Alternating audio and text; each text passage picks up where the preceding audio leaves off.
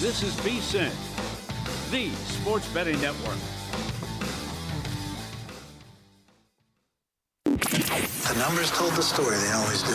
It's one of those idiots who believe in analytics. This is a numbers game with Gill Alexander on VSiN. Good Friday morning to you. It is a numbers game at VSiN, the sports betting network, VSiN.com, Game Plus, iHeartRadio, YouTube TV, and of course, Sirius XM channel 158. It's Gill Alexander. No Kelly Bidlett today. Kelly on vacation. Kelly on his way or already has arrived in Vegas in Nashville for a little trip with the boys. So we wish Kelly well. Hope all the travels are safe. Kelly will be back with us, I guess, a week from Monday. That's the story. Taking today off and then all of next week. That doesn't mean he didn't leave all the good guests behind, because he did. Jensen Lewis is going to join us. Jensen, you just heard on By the Books, co-host with Dave Ross of that show that leads into ours. Peter Fornatale will join us this hour to talk horse racing. You're like, Peter Fornatale, why are we talking horse racing? There is a global scandal in horse racing. Oh, my goodness. We got to get to the bottom of this. Again, I mentioned it the other day, but he's from Sky Sports Racing. He's going to help us talk about this because I'm not a horse guy, so I'm going to miss some of the details. But essentially, 6 horses, 4 of which finished in first place, 4 won their races, long odds, all trained by the same dude. Odds dropped, heavy betting in Britain. It's a whole thing. It's a whole attack on the sport of horse racing and the integrity. Peter will talk us through that. Jordan Sherwood, UFC 330 in Philadelphia, PA this weekend. And then Chrissy Andrews, my mishpucha, his triumphant return to the show after, how many years has this been now? A few years? Not on the network? Triumphant return. He has just written his 4th, count 'em, 4th book. First it was Then One Day, then it was Then One Year, and now it's Then One Life. Also has a novel on the side as well, Then One Life. Chrissy will be in studio to talk about that, talk about all things betting. Looking forward to that. And then, of course, it's Fezzik Fridays, the star of the show, Steve Fezzik, on Fezzik Fridays. Everything on his mind. And apparently those two are going to have to meet. Chrissy's going to leave the studio while Fezzik gets in, and that could be exciting in and of itself. Maybe we'll have a camera rolling outside the studio. So much to get to with all those guests, so much to get to here. I got to pack it in real quick into the first segment. Let me just start with football last night. NFL preseason week number 1 gets underway in earnest. Again, overreactions left and right. But if you're fans or have bets, season-long bets of some of these teams, you might get excited about some of the performance. Arizona Cardinals fans, that was, I don't know, it might not get any better than this. But that was a heck of a performance from Jeremiah Love. 11 carries, 58 yards, 5.3 yards per carry. 3 catches for 14 yards in the Cardinals game against the Raiders last night. Nothing to be upset about there. He looked great. Raiders, on the other hand, Kirk Cousins looked great in his one drive, 10 plays, 68 yards. 68-yard drive, I should say. He completed 5 passes for 50 yards, 13-yard touchdown pass to Michael Mayer as well. And then in came Fernando Mendoza, first pick in the draft out of Indiana, the national championship quarterback for the Indiana Hoosiers. And first drive wasn't great, 2 incompletions. Raiders forced a punt. Second drive, though, completed a 19-yard pass to rookie wideout Malik Benson. Fit the ball through a really tight window. Looked good there. And then after running back Mike Washington Jr. scampered for 53 yards, Mendoza zipping the ball to Beck for a 6-yard touchdown pass on third down. Third drive then was a 3 and out. The fourth drive, just like the second drive, really, really good from Mendoza. Put the Raiders into field goal range, finished the night completing 10 of 16 passes for 97 yards. He did struggle against pressure, if you were looking for a negative. 38.9% of dropbacks. He was pressured. He went 2 for 6 for 11 yards, 42.4 passer rating. And he was sacked once. So there was good, there was bad. But again, let's not read into too much of any of that in any of these preseason games. Just a couple other notes from last night. Drew Aller of the Steelers led him to 3 touchdowns in his first appearance. There was a 3rd and 7 in the third quarter. We connected with a 4th-round receiver, Caden Waitland, where 74-yard catch and run. 2 plays later, Aller kept the ball, read option, ran it into the end zone for a 3-yard score. Next drive, Aller and Wetjen connected again midway through the 4th, this time in the end zone, 5-yard touchdown. Then Aller, third touchdown of the night, 4-yard pass to rookie fullback Riley Nowakowski. So nice game from Drew Aller in the race to back up Aaron Rodgers. And then the only other note I would sort of say, Dejon Stribling of the Niners, who a lot of fantasy players have seized on, and the with the Ricky Pearsall injury or surgery ending season, not addressing the knee from last year in Pearsall's case. Stribling played the first 3 series for the Niners, all against starting Titans D-backs, 7 catches, 62 yards before calling it a night. Also included in that, a great 32-yard over-the-shoulder catch, an 11-yard catch and run for a first down to set up San Francisco's first touchdown. So some of the highlights from last night. If you are looking to bet tonight there's only 3 games. Dolphins Commanders, Malik Willis going for the Dolphins. He's set to start. Jeff Hafley, head coach, stating that the wider roster should be ready to play, expecting to include key offensive pieces like running back Devon Achane tonight for the Dolphins. Skill players expected to see limited action under the new coaching staff's baseline plan, but they will play because he said, Coach Hafley noted a need for extensive reps for a younger roster. So he wants overall starter exposure, even though it's going to be brief. Commanders, not so much. Nobody's playing. Jaden Daniels embroiled in his off-the-field LSU shenanigans, which we'll get into later. Not a good look. Not a good look. No big players on the Commanders expected to play. So Dolphins expected to go with starters for a few series. Commanders, not so much. Broncos, Falcons tonight. No Bo Nix, but Broncos' other starters are expected to play roughly 10 to 15 snaps in this ball game. Kevin Stefanski for the Falcons said he plans to give his starters some run tonight and then again in week 3 of the preseason. That's how Stefanski plans it for the Falcons. So they're going to, it's going to be a brief stint tonight for the starters, but they'll play nonetheless. He says they'll see 1 series or about 10 plays, whichever comes first. Tua Tagovailoa will get the start. No Michael Penix Jr. He will not play as he continues recovering from his knee injury. And then, by the way, the Broncos 4.5-point favorites in that ball game against the Falcons in Atlanta tonight. Buccaneers, Jets, the third of the 3. Buccaneers not expected to play any of the regular season starters in tonight's game in MetLife. Head coach Todd Bowles says he's going to sit everybody, including the likes of Baker Mayfield. So you'll get Connor Bazelak and undrafted rookie Jalen Daniels handling the snaps. Jake Browning has a back injury, so he will not be playing. So it's younger players, those fighting for roster spots. Reuben Bain Jr., their first-round draft pick, expected to see little to no action. And unlike Tampa, Jets, they've announced the starters will play at least for a series or 2. So Aaron Glenn saying, let's see what Geno Smith, Breece Hall, and Garrett Wilson and all these guys look like for a couple series. Kenyon Sadiq, their first-round draft pick, not going to play. Sadiq with a core surgery hernia issue this offseason. By the way, I don't know if, Jets favored by 5.5 in this ball game against the Bucs. A lot of that informed by the way the coaches are handling it with starters tonight. But the word out of the Jets camp, the big word, is that their first-round draft pick, David Bailey, absolutely having his way with the Bucs offensive line in joint practices this offseason. So they were excited about that. Those are the 3 games tonight, preseason. More games, of course, tomorrow. Tennis, whole bunch to talk about here. Yesterday, Iga Swiatek wins the Canadian Open. It's her 8th 1,000 out of 10. Well, she's won 12 1,000s because she's won some multiple times. But of the 10 1,000 tournaments, that's the level right before slams. This is the 8th different one she's won. She beats Elena Rybakina in straight sets. I immediately after the first set yesterday grabbed some 7-to-1s on Iga to win the U.S. Open that were available at Skins. She wins it in straights. BetMGM had 7-1 available. I'm not sure what's available. Best price shop around. But I said it earlier in the week. Her match against Marta Kostyuk this past Saturday, something unlocked after the first set. You could almost see it live if you're a keen observer of her. And whatever was happening in between her ears seemed to just disappear, and it was vintage Iga. I'm making her sound like she's 40 years old. She's only 25. But I made the bet 7-1 Iga Swiatek to win the U.S. Open. Zach Cohen, our buddy, said that he found some 8-to-1s. This was yesterday, so I shop for the best price. Get it while you can. I'm not sure you can still get the 7-1 or 8-to-1, but if you can get anything above 5-to-1, man, grab it. Yesterday, 3-1 in tennis. We had four picks on the show. 3-1, including a plus 230 winner on Martine Landaluce. Landaluce, I believe is the way you pronounce that. So big day in tennis. The only person that lost for us was Adrian Manarino. Hit on Taylor Townsend yesterday as well. Hit on Dion Paris. We have one holdover pick from yesterday, Talon Griekspoor.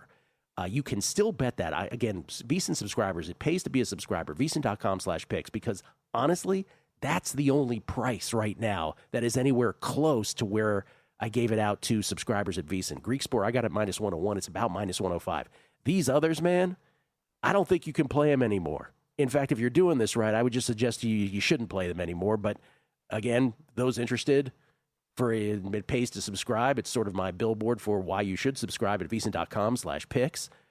Senja Krause on the ladies' side, -115 last night is what I gave it at. She's -145 now, 30 cents CLV. What could go wrong? But I wouldn't play her at that price. And then on the men's side, 2 plays, Michael Zhang -130 versus Fabian Morajan, and Coleman Wong -131 versus Daniel Altmaier. -130 and -131 have turned into -154 and -172. So I don't think we can play any of those 3 anymore, I'm sorry to say. Again, pays to be a subscriber, VSiN.com/pick. Sorry about that. We don't usually play 4 favorites in a day. It's kind of a rare day anyway, and 3 of those have just absolutely soared off the page. Detroit Tigers win another series, beat the Guardians in the rubber match yesterday, a shutout with no strikeouts. Unbelievable. There's only been 9 of those since 1995. Incredible. Tigers have had 3 of them, by the way. That was the first one, I believe, in 9 years. Maybe 12 years, if I'm not mistaken. Tigers win another series this month. We have them at 60-1, of course. They are now 8-3. They're 2 wins behind the Tampa Bay Ray leading August 10-1 Rays.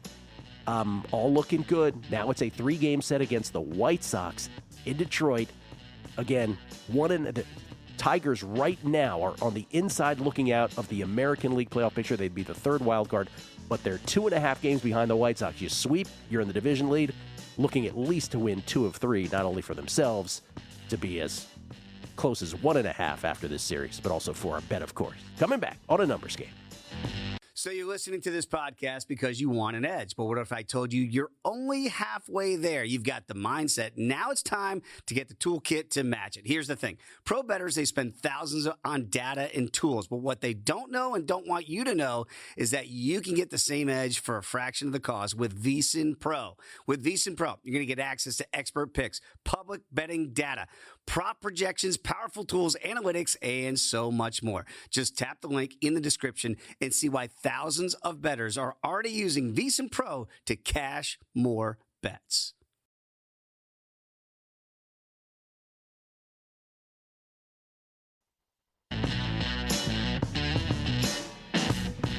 A numbers game on VSiN, the sports betting network. Don't forget our VSiN Pro early bird special offer. Full VSiN Pro access through the Super Bowl for just $175, and you get it all. Daily best bets, betting splits data, AI-powered prop projections, 24/7 video access, NFL betting guide, really every betting guide we'd ever do. But this one is through the Super Bowl for $175, VSiN Pro early bird special, VSiN.com/subscribe. Check it out. Now, usually I go to the old Twitter machine here at this point and read out some tweets that are dedicated to this show. But a bit of a firestorm was started this morning on the show that preceded us on By the Books with Dave Ross and Jensen Lewis. And the feed is overrun with some stuff. We'll get the background here from Jensen on it. Jensen Lewis joins us now, courtesy of the Progressive Guest Line. You can follow Jensen on Twitter at JLew50. You got to write out the 50, though. Don't just put 50 in there. Got to spell it out. Jensen, good morning to you. What did you do this morning? What happened here?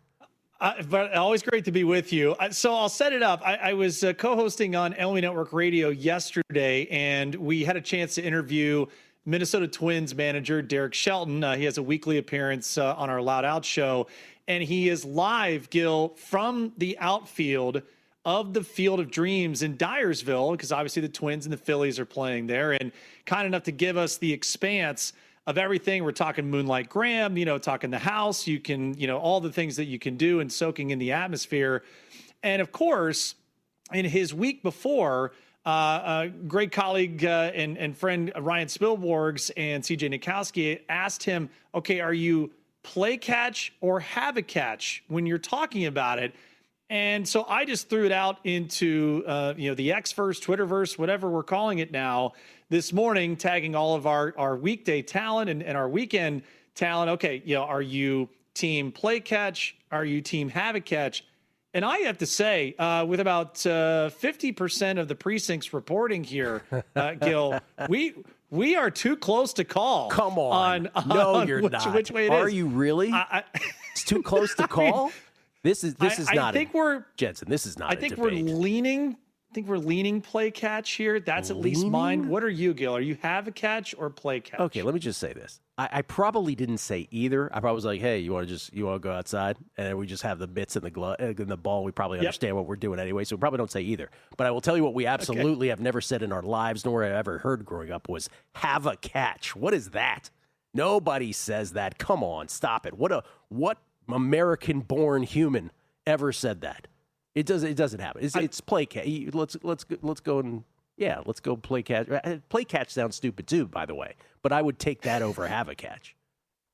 Jonathan Von Tobel with a winning response to Dustin Sweetelson so far. Dustin Sweetelson, I don't know if this is to stir the pot further, but Dustin did chime in and he said, have a catch. Playing catch makes the coolest thing in the world sound lame. And then JVT with a very firm response of, I'd understand you had a good summer of Swede, but let's not try too hard and be contrarian on purpose. So we have, I don't know if this will sweep the rest of the day, Gil, but I apologize for the feed being littered with responses one way or the other. This is one of those, I'll leave it at this because I don't want to belabor it, but this is one of those where I don't even think it's a binary choice. It's like when people say, do you say soda or do you say pop? I'm like, I don't think I say either. I was like, you want a Coke? Right? And I would say to my buddy, I'd be like, you want to go out, throw the ball? I think I would say that. I don't think I'd say either of them. But have a catch. Perfect. Get out of here. Have a catch. Nobody. I think we settled that. Before we get into your plays, Jensen, by the way, thank you for joining us because I know you just did the show, and so this is extra time for you. It's added time. You don't know how much the refs are going to put on the clock sometimes with this stuff. Right. So I appreciate it. Detroit. I just seized on the Detroit Tigers briefly there before the break. Once again, I don't know. I have them for most wins in August at 60-1. They are 2 wins behind the 10-1 Rays, who thankfully are out of Sacramento now, so they can actually go play real baseball teams. But I'm just curious because Joe Sheehan and I have a little bit of a disagreement on this, and I'm curious where you stand on this. At the trade deadline, when I gave out that pick, I said, here's what I believe the Tigers are going to do. And this was because 2 years ago they traded Jack Flaherty to the Dodgers at this point. By the way, they end up getting Flaherty back, by the way, as it turned out. But they traded him to the Dodgers 2 years ago, and they accidentally made the playoffs anyway. And I think with that as a backdrop, I think what I said was they're going to trade Tarek Skubal because it's the responsible thing to do. But I actually think they believe they're going to make the playoffs, that they can thread this needle. Joe says that no. Which side do you come on? Oh, I think they do. And it won't shock me if they contend for this division title by the end. No, he believes they will contend. The point is, do you think that their mindset was, we're still going for it even though we're trading him? 100%. And you illustrated it perfectly, the responsible thing to do. We did not pull, an Angels of years past by not trading Shohei Ohtani and thinking that all was going to end well. It did not, and we obviously know where they are as a franchise right now. The responsible thing was done. They also knew, though, Gil, they were getting Jackson Jobe back to bolster that rotation. And then, having the emergence, I think, of Troy Melton and Cater Montero to go along with Framber Valdez, you had the depth in so many words and the personnel in a very weak Central Division. And as you know, we've talked about it for months here, it is a wide open American League. So 100% think they contend. I love your 60-1. I have Tampa at 10-1 for most wins in August. I even couldn't imagine a perfect road trip. You would think you slip up somewhere, but the way that offense is going from Coors to Sacramento, job well done by that pitching staff being able to limit both offenses for the home teams. But yes, Detroit is hitting. And now, Gil, this is a larger sample here even before the All-Star break, but more so the start of the second half into where we are currently. The offense is now hitting the way I think they envisioned it would at the beginning of the year, and it's coincided with this rotation turn in and turn out. They have the number 1 rotation ERA in baseball right now. And I know there's part of Tarek Skubal is involved in that, but still, that's a credit to this group as of late. They have the number 1 and the lowest, I believe, team ERA in the month of August at 2.20. There's only 3 teams that have a team ERA under 3. That's Detroit, Atlanta, and Boston. So, yep, they're right in this thing, and they're going to be a handful. Yeah, and again, by sequencing, by Pythag, by things that I look at, they should be 20 games over 500 at this point, literally 20 games. And they had their expected WOBA, which obviously Tarek Skubal had nothing to do with, hitting was top 5 in all of Major League Baseball heading into the month. So right. Anyway, let's get to your picks. By the way, Jackson Jobe, who you referred to, hit triple digits on the gun in his first start back from Tommy John. He is on the hill today against the White Sox in the first of a 3-game set, which is huge in the AL Central, with the Tigers 2.5 back and now inhabiting the third wild card position. Unbelievable. Cardinals. It is. Yeah. Go ahead. I'm sorry. No, I was going to say, it's unbelievable to see where this division has been. And considering that Tigers blew the 15.5 game lead last year, and they may come back from double digits this year, you can't write that script. It's just unbelievable what they've done. Cardinals, Cubs at Wrigley, day game at Wrigley. As the folks who are in the Midwest who love the Cardinals and Cubs say, it's the greatest rivalry in all of sports, which I always snicker at because I'm like, really? Is it? Not even best in baseball, I wouldn't think. But they think it's that. Cubs are minus 175 favorites. Cubs having a great month. How are you playing this one? I played an alternate run line at -1 at $1.24. Cubs' last 8 of their 10 wins at home, Gill, since July 1st have been by at least 2 runs. They get Matthew Liberatore on the other side, who's got about a 6 ERA in his last 4 starts, and the Cardinals have lost 3 of those last 4. So pretty straight up here. I'll ride the hot offense, albeit hat tip to Cade Cavalli, was absolutely filthy yesterday. I had that no-hitter late into the game. I like the Cubs offense early and often against Matthew Liberatore this afternoon at Wrigley. Like the Cardinals, Marlins and Reds are on the outside looking in of the NL wildcard picture. You have a total play in this ballgame today.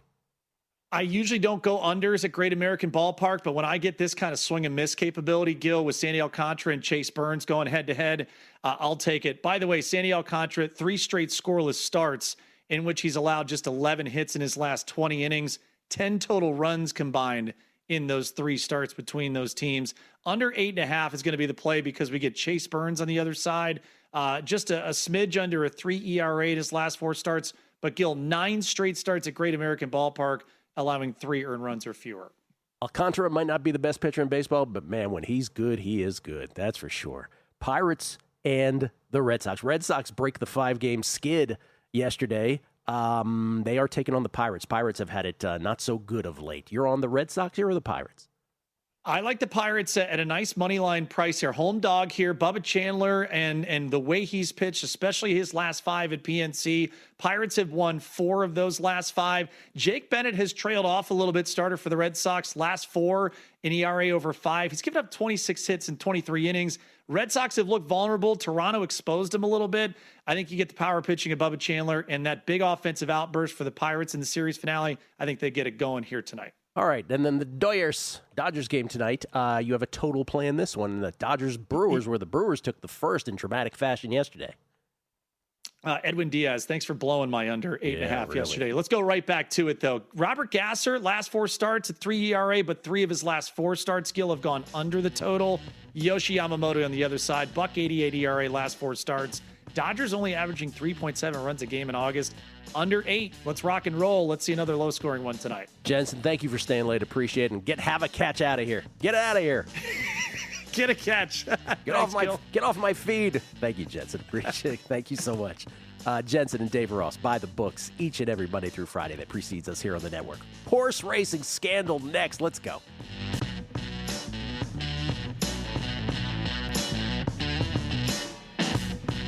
A numbers game on VSiN, the sports betting network. 20 leagues, one mission, Just Win Bets, baby, your premier source for daily sports betting picks. They break down the data so you can bet with confidence across the entire sports calendar. Scan the QR code or visit justwinbetsbaby.com today and start betting smarter. With Just Win Bets, baby, the name says it all. Scan that QR code right there on your screen. Ladies and gentlemen, this man is not only an Eclipse Award winner in his own right and the U.S. analyst at Sky Sports Racing, but he's also the son of legendary disc jockey Peter Fornatale Sr., who used to work at WNEW. It's Peter Fornatale Jr. I don't know if he goes with the junior, but it's our buddy Peter Fornatale to help us through a horse racing scandal. How you doing, Peter? I'm doing really well. You know, it's always a pleasure for me to be on the airwaves with you. And yeah, not a junior. We had different middle names, so I've been able to eschew, as you like to say, the junior tag. Very nice. eschewing the junior tag. Okay, I don't want to waste any time because this is a very detailed story. We don't usually on this show go crazy horse racing, or certainly not global horse racing scandals, but you wrote a fabulous piece about this. I mean, it was super detailed. It was everything anybody needed to know, and you were kind enough to give us 10 minutes here. Can you explain it to us, to quote Denzel Washington in the movie Philadelphia? Could you explain it to us like I'm a 2-year-old? Start from the beginning, speak slowly. This is fascinating. It's a wild story, and it's a developing story. We just had a big break in it yesterday, and this will go on to have many more chapters, but here's where we are. Last Sunday, I was pulling one of my shifts at Sky Sports Racing, and I saw a most unusual betting pattern on a horse that I had just liked off the paper. This horse, very unusual with bookmakers to see a horse go in a matter of minutes from 13-2, so more than a 6-1 shot, all the way down into 2-1. You see that kind of thing in tote betting, but not with bookies. And it just filed that away in my brain. Like, that's interesting. 2 races later, the same trainer who had sent out that winner sent out another horse that had a similar profile to the one who just won. What was the profile? These were horses shipping in to Saratoga from out of town, off of long layoffs, all associated with one trainer. They did not all run in the name Angel Quiros, but they had all been associated with him in recent races. Well, it turns out it wasn't just those 2. There were 8 of them overall. 6 of them ran on Sunday. 4 of them won. And then there were 2 more horses with this same sort of profile entered on Monday that racing officials ended up scratching. Not quite sure what authority they were able to do that on, but the last 2 did not run. Well, I started digging in, making phone calls, got a lot of gambling contacts around the world, and got the news from somebody familiar with the world of English bookmaking that there had been, surprise, surprise, large wagers connecting all 8 of these horses. Parlays in England are not like parlays in the States, but I think this isn't too down the rabbit hole to explain to you and your audience. The way they have parlays over there is you can do bets. There's a bet, for example, called a Lucky 15, which is 15 different wagers connecting 4 legs of a parlay, where you're betting the win, you're betting the what they call the doubles, which is, parlaying 2 of them, trebles, parlaying 3 of them, and then another bet parlaying all 4. What it turned out was those type of multiple bets were made across all of these different runners. Now, what's fascinating about this is the way these bets were made, they weren't attached to a single liability figure the way that you would expect with a traditional bookmaker. Usually a bookmaker gives you odds on a parlay, you know what those odds are right away. You get a ticket saying, here's what you stand to win. Well, in English bookmaking, especially on these American races, they don't price them up in advance in the same way. They agree to honor certain bets based on what they call SP, which is starting price, basically a closing price, not entirely dissimilar from how tote betting works. So that's how they were able to not detect the fact. And we don't have confirmed numbers on this. What I have confirmed is on Sunday, they were taken for at least mid-6 figures. Some estimate it way higher than that. And that had those horses won on Monday, the last 2 legs of the parlay, that liability would have gone into the millions. But because of the way these bets were placed, you don't have to bet a whole lot. You don't have to outlay more than 50 or 100 pounds to get to those kind of numbers if you do it cleverly like they did. Apparently, it was across multiple betting shops. There were American tourists. They had American IDs, and they were able to bet these relatively small multiple bets. 50 or 100 were the estimates I heard on the size of the bets being made, but they accumulated to where they were on the hooks for millions of dollars. You're hearing stories about other money being bet offshore, etc. I haven't heard any confirmation of that, but I can confirm that these bookies in London were hit pretty hard. Let me interrupt, and then I'll let you riff some more, but a few follow-up questions. You already answered my first one, which is if those horses were allowed to run on Monday and won, how much more would it have been? You already answered. It would have gone into the stratosphere, into the millions. Angel Quiros, the trainer in question, does he have a nefarious background of any kind? Well, this is where it gets really fascinating, and it relates right to the new development in the story that I'm going to tell you about right now, which is when I researched him, he didn't have any suspicious positives in his past. But just yesterday, it became public knowledge that there was a dirty test for one of his horses, an out-of-competition test on a horse back on July 10th. And this is where it gets really fascinating, and we're hitting a moving target. I don't know why that wasn't made public until yesterday. I do believe that information is supposed to be released sooner than that, but this is where we're getting into the weeds and have to figure out all the particulars. But it makes you wonder, did he know he was going to get popped for a dirty test and decided to put this coup into action, or whoever he's working with? We can't say. It's unknowable, but the timing is wild that this guy who did not have any significant medication violations, now we know had one back on July 10th. And it's a weird one too. It's for a substance, I think it's called albuterol, that like everyone on the backside would know you cannot administer to a horse without getting caught. Like there's definitely a lot more to be connected in here. But what we know for sure is these 8 horses, they were set up to run well. 6 of them basically did. 4 of them won. Bookies got taken for a lot of money. And we're left with a whole lot of questions. I got some of them. Here are some questions. Are the 6 races on Sunday where 4 of those 6 won? And by the way, I love the defense. Hey, these 2 didn't. I'm not doing anything wrong. Were they were in a short span of time, right? Like in 90 minutes, all those races were run, right? So it was like this, just a bundle. You couldn't even react to them, correct? It was kind of crazy. There was, I mean, it really was within, I think, a 3-hour window. I believe that's all detailed in the At the Races piece. It's not sticking to the top of my brain right now. And the nature of it, and the nature of these races being parlays was fascinating because, that means as you go on, they became more and more important. And I think part of the reason for that big money on the classic rock horse, I can only assume that's funny enough, since those bets were struck at SP, they didn't know what they were liable for. Some of that win money I saw on that horse was probably from the bookmaking industry itself, because by betting that classic rock horse, they were accomplishing 2 things. They're laying off money and recouping some of their liability if that horse wins, but they're also making that starting price smaller by betting more on the horse, therefore reducing their liability while recouping. It's nobody from the bookmaking industry is really talking about this on the record. I think they're pretty laconic about it, but I have to assume that's what went on there. 2 final questions. Is it your professional opinion or your professional instinct that this is this looks terrible? It is an absolutely a coordinated attack. 1 trainer, 6 horses. Clearly something nefarious is going on with juicing or whatever.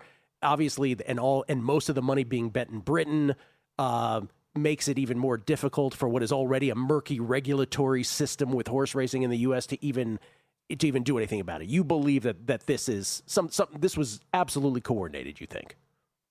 Well, it was definitely coordinated. The question we had until yesterday, there's nothing illegal about betting on your own horses and setting up a horse to run well through legitimate means of training. And while I will admit I never thought that was the most likely scenario, I was sort of hoping for that. I'm a person in life who wants to root for the wise guys, wants to root for the bettors if they're doing it on the level, right? But I think yesterday's knowledge about the guy popping a positive shows that that's naive, unfortunately. Yeah. And this is now long. I mean, it's certain to be nefarious at this point. And here's the last thing, though, in all of this. So they made their bets. They won their money. You can't get that money back. They won their money. You can't take the money back right at this point. It's over, right? I believe that is the case from the money from those English bookmakers. What's happening with any money they supposedly bet offshore or books elsewhere, I'm not certain, but but I think they're going to be able to collect. It sounds like the bookies are going to pay out on that money. Yeah. It's a longer conversation as to why that might be the right thing from a commercial point of view. Peter, got to run. It's fascinating, man. Yeah, thank you so much. That is fascinating. The world of horse racing. Right here on A Numbers Game. Coming back.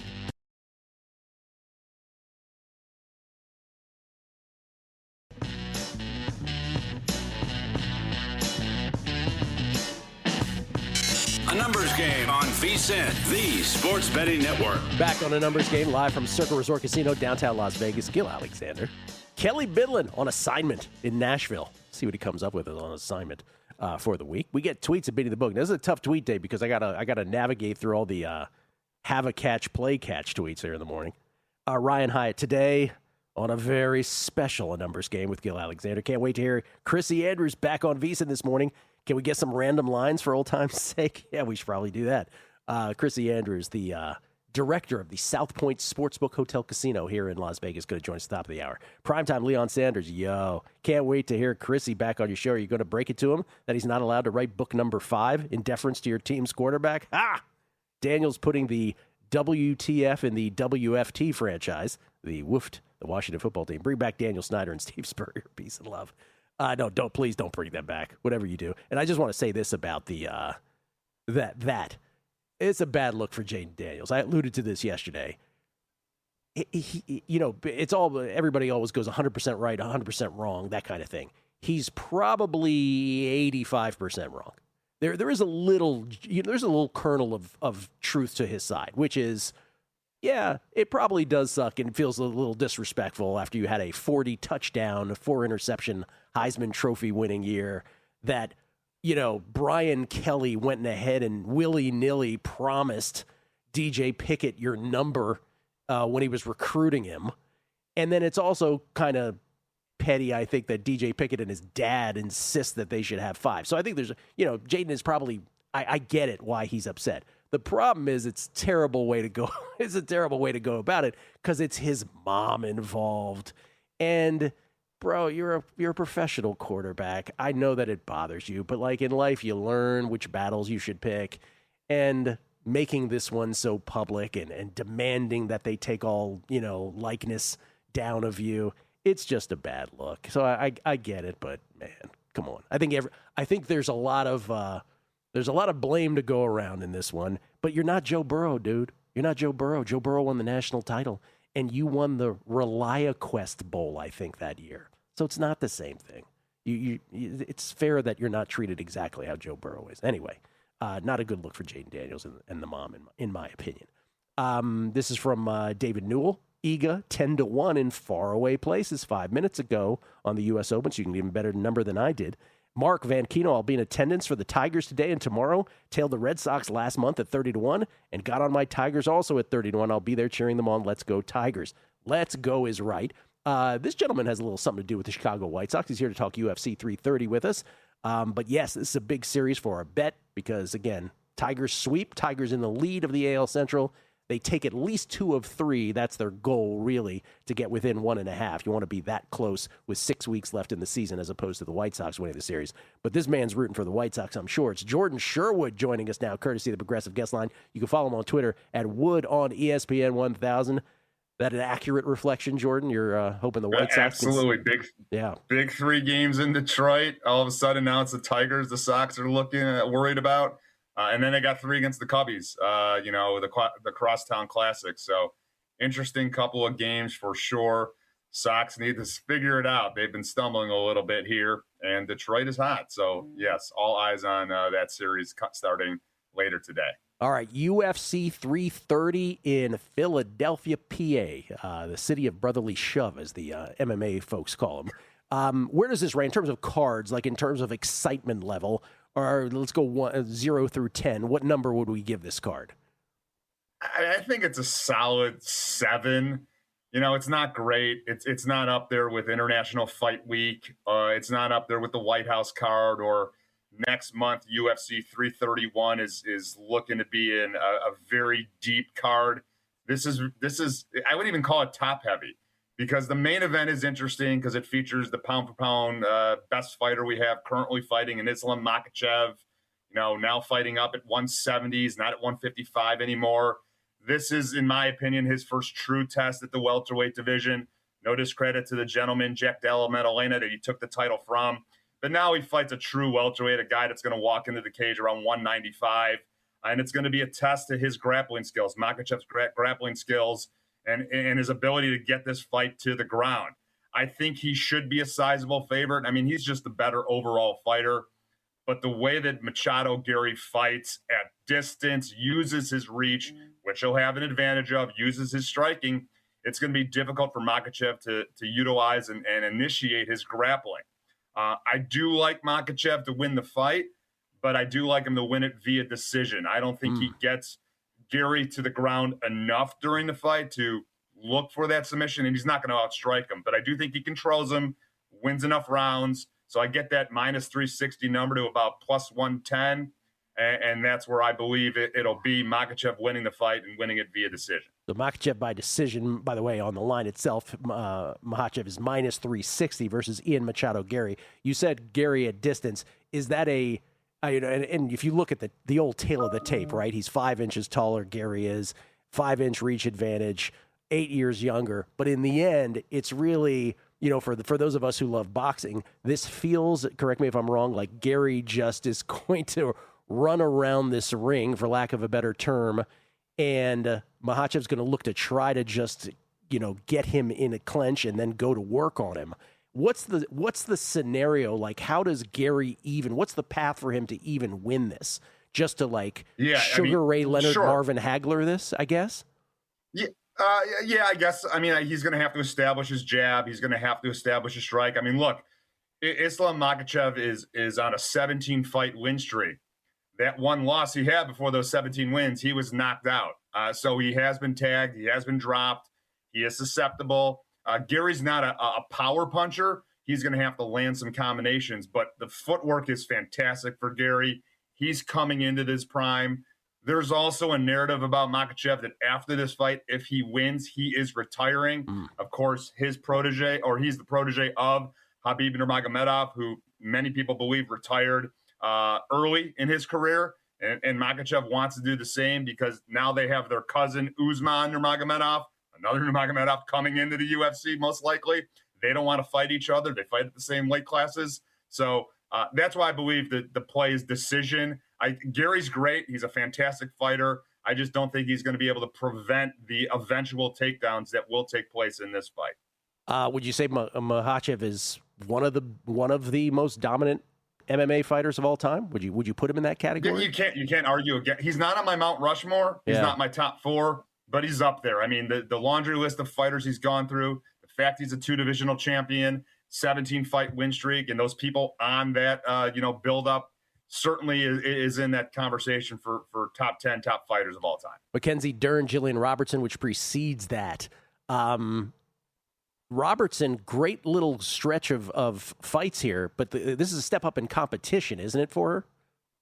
Yeah, that for sure. Look, Robertson's on a 5-fight win streak. Dern's only on a 2-fight win streak, yet she's the champion. I've been a big fan of Jillian Robertson for quite some time. She's an outstanding grappler when she gets top position. She struggles a little bit in the striking department. She's evolved a little bit over time, but her game plan is taking this fight to the ground and controlling. The issue of that is Mackenzie Dern is probably the most credentialed woman ever to step foot into the octagon. Multiple-time Olympian, multiple-time winner outside of the UFC in that regard. And her striking has evolved as well. A little bit of bias because I have a personal relationship with Jillian Robertson's head coach, Dean Thomas. I've been talking to him all week. He believes she's ready. And at that price point right now, that's why I like Jillian Robertson. If it dips a little bit further, I'm probably more so leaning on the Dern side. But if you're telling me that Mackenzie Dern needs to win a 5-round title fight via her striking, that's not an area that I believe in.